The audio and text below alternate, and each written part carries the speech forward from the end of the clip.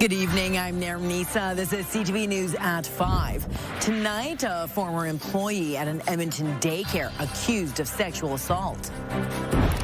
Pitching for the top job, 5 mayoral candidates will square off tonight in a debate. And the Prime Minister pays a visit to one of his old schools in West Edmonton. CTV Edmonton, local breaking news with Isa. The top 5 people running to become our city's next mayor are going head-to-head on the debate stage tonight. It's the first mayoral debate of the campaign. CTV's Jeremy Thompson is downtown at the Wayne Gretzky Ballroom in Ice District, where people will soon be gathering. Jeremy. Well, Nairman, the stage is set quite literally for the first major debate of this election campaign. This event is being hosted by the Chamber of Commerce, and we're expecting about 400 of its members, as well as the general public, to attend the debate tonight. And that includes a number of mayoral candidates who won't actually be on stage. Now, while about a dozen people are officially running for mayor, only 5 candidates will be fielding questions on various important topics this evening. The Chamber selected the participants based on popularity results from a poll it commissioned a few weeks ago. Tim Cartmell, Andrew Knack, Michael Walters, Raheem Jaffer, and Omar Mohammed got the most support in that poll, earning their spots on the stage. The Chamber says it had to limit participants in some way in order to give candidates enough time to speak. President Doug Griffiths believes this debate could be a turning point for many undecided voters. It'll probably be very respectful, but I hope it gets a little excited about the different points of view, because there isn't necessarily one successful tract. Discussing what the city can become is going to be important, and that's what's going to be exciting tonight. The debate itself will have a familiar format with time for opening remarks, individual responses, and some free debate. The topics are not public at the moment, but we do expect plenty of discussion around issues like affordability, the economy, infill housing, public safety, and more. Now, of course, while this is a live event, one political analyst I spoke to about this debate expects most of us will be seeing clips from this debate for a while after this evening's event. That's as campaigns try to find clips of moments of their candidates in good lights and spread those on social media to try to influence voters. This event is getting started in about an hour and a half yet, and Nairman, of course, CTV will have coverage of all the important moments on our website. All right, thank you, Jeremy. A former employee at an Edmonton daycare is facing charges for sex offenses involving a 4-year-old girl. The alleged assault was reported in mid-June, but many parents are upset they weren't told about it before now and are having to find out through other parents. CTV's Amanda Anderson reports. She said, "Mom, I have a silly story to tell you about daycare." There was nothing funny about the story. Instead, it was this Edmonton mother's worst nightmare. I was in absolute disbelief of what I was hearing. We're not identifying the mother to protect the child. She disclosed essentially what we now know was a sexual assault that occurred. She says the alleged assaults happened in the toy shed at Willowbrae Academy Mill Creek Daycare, the only place at the daycare without cameras. She immediately notified the daycare in mid-June. To be honest, they were in disbelief as well. She says the employee was put on leave and the daycare reported it to licensing and police. Because the case is before the courts, Edmonton police won't provide any information. Court records show 32-year-old Dilpreet Chawla is facing 3 sexual-related charges involving the girl. A warrant is issued for his arrest. I think the daycare did the best they could in the beginning in the situation that they were dealt. That's where many parents say the daycare dropped the ball. They're upset. They're only now finding out what happened and not from proper authorities. There are parents who are still finding out about it now who had children in his care. They say the accused looked after their son at the daycare for about 3 years. We were quite close to the educator, so it's just still shocking, and we feel sick about it every day since. In a statement, the daycare's director apologizes for the delay telling parents, saying while the timing of our communication was guided by not wishing to compromise an ongoing investigation, we recognize the impact this had on families and commit to more transparent updates going forward. The victim's parents showed up uninvited to a meeting hosted by the daycare this week. They believe it's the only way other parents would have found out the extent of what happened. Thank God we have the ability to disclose this information so families have that information available to them and are able to go home and talk to their kids. Amanda Anderson, CTV News, Edmonton. A 14-year-old boy is facing charges, including assault with a weapon, after reports of a student with a gun at a Sherrod Park school. Archbishop Jordan Catholic High School was placed in lockdown yesterday. RCMP say a teacher called police when a student was seen with a gun in class. Police arrested one teen and recovered what they believe is an imitation gun. Police say no one was hurt. A 14-year-old boy is facing several charges. He has been released and will appear in court later this month. The most recent Alberta Next panel saw its share of fireworks when it stopped in Lethbridge. The UCP has scared off foreign investment, threatened jobs, and caused layoffs which only serve to hurt the economy. Now is not the time for division. Albertans have ridden this roller coaster for way too long. We want off. The only effective option left is a fair referendum on Alberta independence. 100 people lined up yesterday outside the venue and packed the room. The goal of these town halls is to gauge how Albertans feel about the province's relationship with Ottawa regarding 6 key areas. The panel heads to Airdrie Monday. A couple of cowboys helped wrangle 2 dangerous and aggressive bulls in southern Alberta this morning. RCMP and Coaldale say the bulls escaped from their trailer near a high school while being transported. RCMP say thanks to the grit and rugged skills of cowboys Jared, Dustin, and their dog, the bulls were rounded up and back in their trailer around 8:30 this morning. The bulls were then brought back to their farm. The new Edmonton-Strathcona County footbridge has been named. Beaver Hills Bridge connects River Valley Trails in Edmonton to Strathcona County. Now, the name honors local Indigenous language, culture, and heritage. This bridge is more than just a bridge across the river. It's about connection to history, connection to the outdoors, and connection to one another. While the bridge is open to the public, there's still construction underway near both sides of the span on 167th Ave in Edmonton and in the parking lot on the Strathcona side. Edmonton Oil Kings season starts in a week. New this season is an expanded promotional schedule and a more affordable children's menu.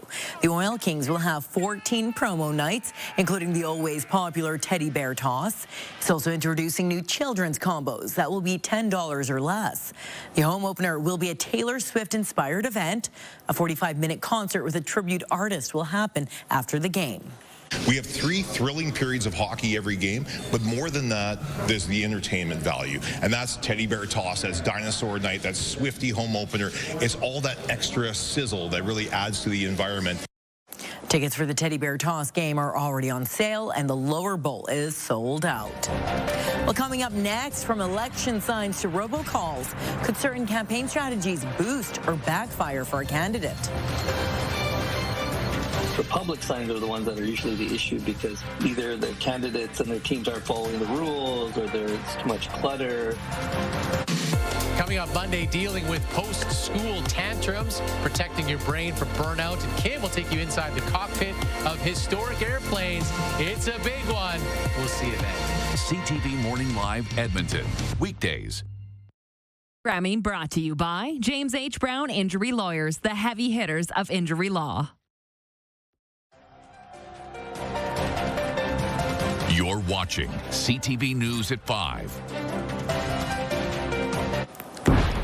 Weather time. We head to the Sandman Hotel downtown where our Josh Clausen is for the Skyline Rush Challenge. And Josh, I hope you're not afraid of heights. No, and I hope that dozens of people tomorrow aren't afraid of heights either. There are a lot of people that have signed up for this to help support Wellspring, and I've got the vice chair with the Wellspring board, Sarah Hart, with me. Sarah, how are you? I'm great, Josh. How are you? I'm fantastic. Sarah and I actually go a long ways back, in many iterations. I'm happy to see you on board with Wellspring, though. Explain to people who aren't familiar with it what you do for Albertans living with cancer. Josh, we're pretty excited to have this super event this year. Wellspring helps with the non-medical needs of Albertans who are suffering with cancer. And that's their caregivers, that's people who support them. We have over 70 programs now that are offered for free. And we have 2 locations in Edmonton. We actually have 2 in Calgary. So 1 in Edmonton, 2 in Calgary. Offer in-person programming in Lethbridge, Red Deer, and soon to be Grand Prairie. So we're pretty excited. That's outstanding. And not just in person, but also if someone doesn't live in a community where they can go online, right? Online, and we even use news telephone programming as well. So we are here for all Albertans. Yeah, and we know that almost everybody in Alberta is touched in some way by cancer. So the programs are free, but there is a cost associated with that, and so that's part of what's going on tomorrow. Let's talk about Skyline Rush. Absolutely. Skyline Rush is our foundation event in Edmonton. We're pretty excited, and we're hoping that our wonderful community of Edmonton will continue to support us. So there are a couple of ways you can do so, whether by your time, your talent, or by donating. And so if you'd like to donate, you can go to skylinerush.com or go to wellspringalberta.ca. Okay, and if people want to watch some folks rappel down the side of the Sandman Signature Hotel in downtown Edmonton, as I'm going to do during the 6 o'clock news tonight, they can just come down tomorrow and make a donation and have fun, right? Absolutely. We are here all day, 9 a.m. to 4 p.m. So please come by and see us. And thank you, Edmonton, for your support for this amazing organization. Okay, outstanding. So go find Wellspring online if you'd like to help support that, or if you want access to any of those great programs that they offer. Sarah, thank you. It's good to see you again. We'll talk to you tonight at 6 as well. And then, as we said, at 6:30, I'm going to rappel 265 feet. Is that what it is? Oh, it's pretty big. 265 feet down to the ground. We'll take you up to the rooftop later in the newscast as well. Speaking of way up there, temperatures were way up there today. 29 degrees currently in Edmonton, and it looks like that's probably going to end up as the daytime high for today. So really close to a record high. Next time we talk to you, we'll have that official number for you and let you know if that record did get hit. The number we're going for is 29.8. from 2013. Tomorrow, we'll take another run at a record. 12 degrees in the morning, mainly sunny skies, and again, 29 in the afternoon. Full 5-day forecast, including a slight chance of showers late Sunday, later in the newscast. Thank you, Josh. Well, campaigning has begun for the upcoming municipal election, meaning Edmontonians have already started to get robocalls, pamphlets, visits from candidates, and of course, notice signs popping up. CTV's Connor Hogg looked into how successful these tactics are at getting your vote. There are several signs of the season on the roads. With the municipal election weeks away, there are many more of these on the horizon. Not always welcome news. I don't remember the names on them. Experts say how effective they are depends on where they're placed. If someone puts your sign on their lawn or in their window, then most likely they're going to vote for you. So it's a good indicator of overall support. The public signs are the ones that are usually the issue because either the candidates and their teams aren't following the rules or there's too much clutter. It really is about building momentum towards Election Day and even towards the advanced polls. Alex Haritsu with the Better Edmonton Party says lawn signs' effectiveness depends on the demographics a campaign is targeting and knowing when to bring them out. People, if they were seeing them out there for 8 months at a time, would be sick of them. They'd be, considering them litter and they'd want them picked up. And some people already feel that way and they have every right to. Haritsu says her campaign has had better luck holding back on signs for now and using digital ads instead, as well as texts and robocalls. Those can also be a source of frustration for some. I've used them many times and, you get the same kind of backlash. It depends how good your list is that you're using. Haritsu says it's about finding the best way to reach the most people in a positive way and responding quickly to feedback. If you're getting more negative than positive, you're like, maybe this tactic isn't working. And so I think that any campaign has to weigh that for themselves. It's always tough in a municipal election. The turnouts are so low, right? So it's even more important that you identify early on what is going to get people to vote for you. What people really care about. Election Day in Edmonton is October 26th. People we spoke to say they won't be deciding who they vote for based solely on the signs they see. I will still research the candidates to figure out who's running and what they stand for. Sides or no. Connor Hogg, CTV News, Edmonton. The Prime Minister and Liberal caucus have left Edmonton, with Mark Carney also leaving an impression on a group of local students. I went to school for 9 years. Wow. It was pink when I went. It was pink? Yeah, pink and yellow. Earlier this week, the PM made a stop at St. Rose Junior High. Carney attended St. Rose when it was a grade 1 through 9 school. He met with students and teachers, visited classrooms, and walked his old halls. He also taught part of a social studies class he knows a little something about.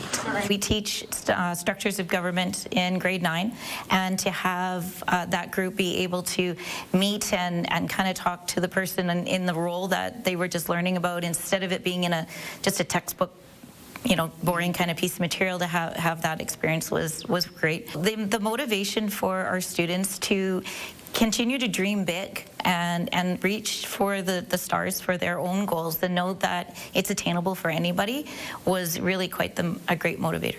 Like, it's crazy just to think of like what you can do and like what anyone can become, and it's really like inspiring, and it's definitely inspired all the kids in my grade and in my class.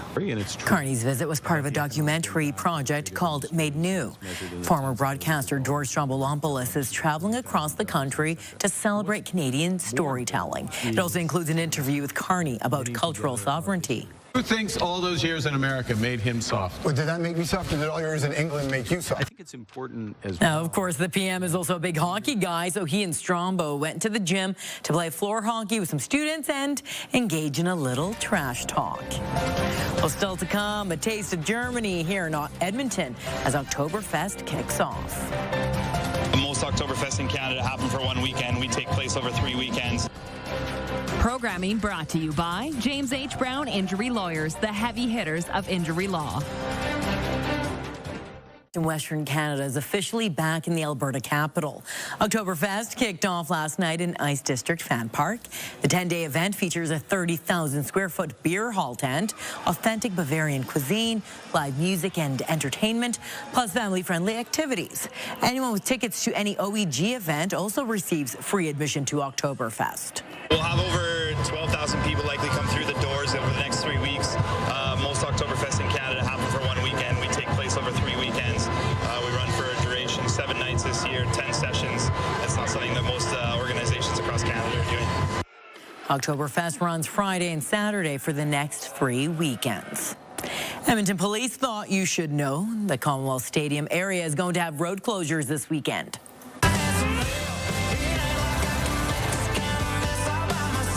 Country star Morgan Wallen is performing at the stadium tonight and tomorrow. EPS says drivers should expect traffic delays on 112th Avenue. Stadium Road will be closed between 92nd Street and 112th Avenue during the shows. Fans started lining up yesterday afternoon at the stadium for merch sales. Merch will be available ahead of tomorrow's show, starting at noon. All right, Josh, a lot of people want to know good weather for these outdoor concerts. You're going to scale, you're going to rappel outside of a very tall hotel, and the weather is going to be great for us. Yeah, we're at the Sandman Signature Hotel in downtown Edmonton. It is so high up there that we didn't have enough time to get to the rooftop between the last time we talked and now. So we're still in the Rutherford Ballroom down here, which does not prevent us from talking about the weather. So let's take a look outside right now with the River Valley Skycam. It's brought to you by Action Furnace. Fixed rider, it's free. 29 degrees. Just check the daytime high for today, 29.0. So it looks like that's going to leave us just short of that record of 29.8. We'll take a shot at some more records tomorrow and Sunday, though. 29 in Fort McMurray, 23 in Grand Prairie, and 26 in Red Deer. So pretty warm, way above average right across the province. We do have a couple scattered showers and thunderstorms from Calgary off to the south and southwest. A little bit of cloud cover and a few hit-and-miss showers in northwestern Alberta as well. None of that will roll into the Edmonton area tonight or tomorrow. Maybe Sunday night, but tomorrow's going to be another mainly sunny day. The only chance for some showers or thunderstorms, again, will be through the foothills and possibly a few hit-and-miss showers in northwestern Alberta, and that'll stick around into the early morning hours of Sunday around high level. We'll start Sunday with some sunshine, partly cloudy skies in the afternoon. Nothing all that widespread or heavy, but a chance of a hit-and-miss shower in parts of central or north central Alberta on Sunday. So it doesn't look like a real soaker. I wouldn't go canceling any outdoor plans for Sunday evening. But it's not a 0% chance. It's a slight chance of a little shower moving through. 9 degrees in Fort McMurray tomorrow morning. Should be about 13 degrees in Grand Prairie. It will be around 12 or 13 as well here in the city. Red Deer a bit cooler, waking up to temperatures around 8 degrees. 28 in Fort McMurray with mainly sunny skies tomorrow. Back into northwestern Alberta, there's that extra cloud cover. As we said, maybe even a spotty shower. Mid-20s for Peace River, Grand Prairie. Mid to upper 20s across the south. Sunshine for Red Deer and Coronation. A little extra cloud cover in Lloydminster, especially later in the day. Here in Edmonton, clear skies overnight tonight, 21 degrees at 9 p.m. 18 at midnight. 18 is the average daytime high for this time of year. That'll be our temperature at midnight tonight. We'll drop to about 12 degrees tomorrow morning. Sunshine right through the day tomorrow and up to about 29 for a daytime high with wind out of the south-southeast at about 10 to 15 kilometers per hour. Don't forget, midnight tonight is the bonus prize deadline in the Mighty Millions Lottery. Oilers and $75,000 cash bonus prize. Go to mightymillionslottery.com. All right, here's your 5-day forecast. 29. The record for tomorrow is 29, set in 1923. 28 on Sunday. The record is 28, set in 1923. So both days we've got a really good chance at tying or breaking a record. We'll see some slightly cooler air roll in for early next week. 22s Wednesday, Thursday, about 20, Monday, Tuesday, Wednesday, about 23 or 24 degrees. And then even cooler for next week. I mean, we're close to 30 this weekend, but we'll be hard pressed to get to 20. Next weekend, as daytime highs drop back closer to average, somewhere in the 17 or 18 degree range. We will now make our way to the rooftop. And if you come back tonight at 6:30, we're going to rappel down the side of this building. Can't wait, Josh. Good luck with that. All right, when we return, a bittersweet goodbye to a local baker hanging up her apron after years on the job. We hope whoever buys will continue, doing the bakery, and we'll see the same fritters and stuff. Programming brought to you by James H. Brown Injury Lawyers, the heavy hitters of injury law. Still ahead on CTV News at 6, Red Deer's firefighters in the city are locked in an intensifying labor dispute. Also, details on a new paragliding project underway in Banff National Park. And we hear from 2 cowboys who helped rustle up bulls who broke out of their trailer. Those stories and more on CTV News at 6 with Jeff Hastings. Well, people in South Central Edmonton are sad to hear a community staple is moving out. After running the Hazeldean Bakery for the past 15 years, Lucy has decided to sell the business and retire. The bakery itself predates Lucy, being in the community for 50 years. Now, many of her customers would line up each morning for her cinnamon buns, danishes, and homemade bread. They say they're sad she's stepping away. I mean, we hope whoever buys will continue, doing the bakery, and we'll see the same fritters and stuff. But I hope she has a great retirement. Great products. The bread is phenomenal. Saturday morning, 8:30. The lineup is out the door, down a store or two, and she still hasn't even opened yet till 9. The realtor says all the equipment, staff, and clientele are included in the sale, and that Lucy is willing to train the new owners on how to run the business. That's all the time we have for tonight. Thank you so much for watching. CTV National News is next. Good night.